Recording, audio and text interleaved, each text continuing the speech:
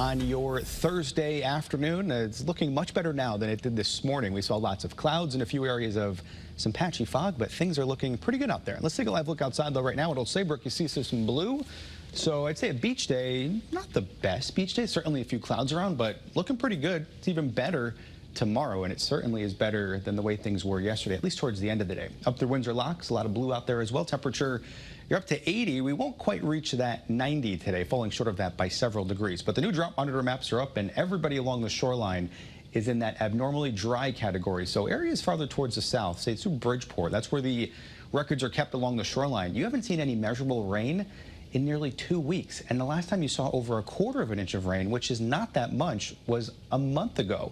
And you have to go all the way back. I was looking in the almanac to March, I think it was March 5th, to see over an inch of rain. And the temperature that day, 33 degrees. So it's been a while since we've had a beneficial soaking along the shoreline. It's surprising it took this long to get this high. You've had just enough to keep you out of any drought categories. And coming up for today, a long shot to get any rain for much of us. We'll see a few showers develop later on this afternoon, but they're very hit or miss.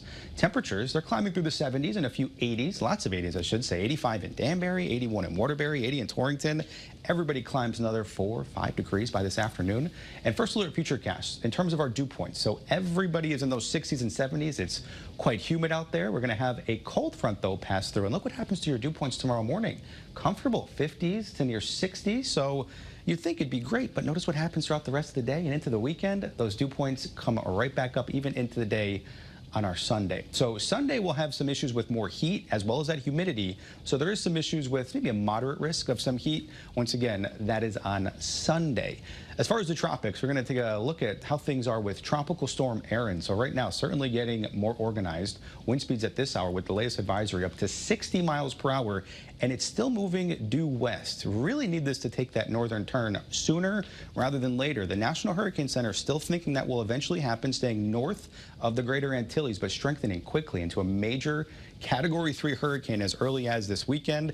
And then by next week, Category 3 winds of 125 miles per hour. Category 4 is 130. So we got to keep a close eye on this. It's moving into very warm water.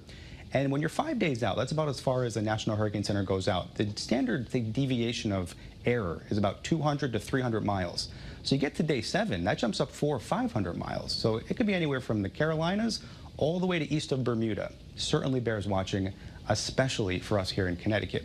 As far as first alert futurecast, notice later on this afternoon, a few pop-up showers. They're really not a big deal. And once we get towards tomorrow, it's a mostly sunny day. High pressure builds in. It's a beautiful end to the week and even start to the weekend. Temperatures, though, they get a bit warmer by the time we get towards that Sunday. Today, it's a seasonably warm day, mid and upper 80s, slightly cooler to the south and east, just an isolated chance of a spot shower. Tonight, temperatures fall back into the 60s. It's slightly cooler, but still nice and mild. Your first alert 7-day forecast, 85 and sunny tomorrow. Saturday is a nice day as well, 87. Sundays is arguably warm too as temperatures approach the 90s.